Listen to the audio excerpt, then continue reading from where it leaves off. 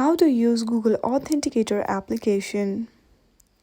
Using the Google Authenticator application is a great way to enhance your security through two-factor authentication.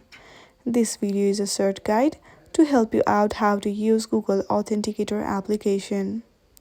For that, first of all, open your App Store and on the searching bar search for Google Authenticator and hit on Get to install Google Authenticator application.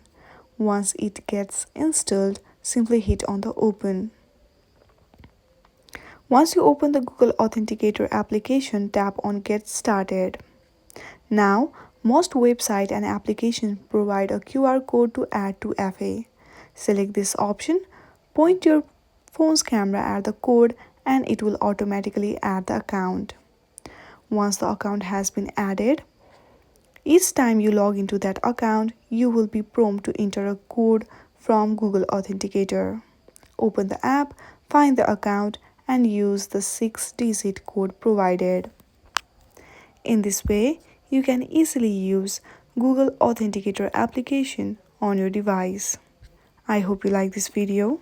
If you like this video, then please do not forget to like and subscribe to our channel. Thank you for watching.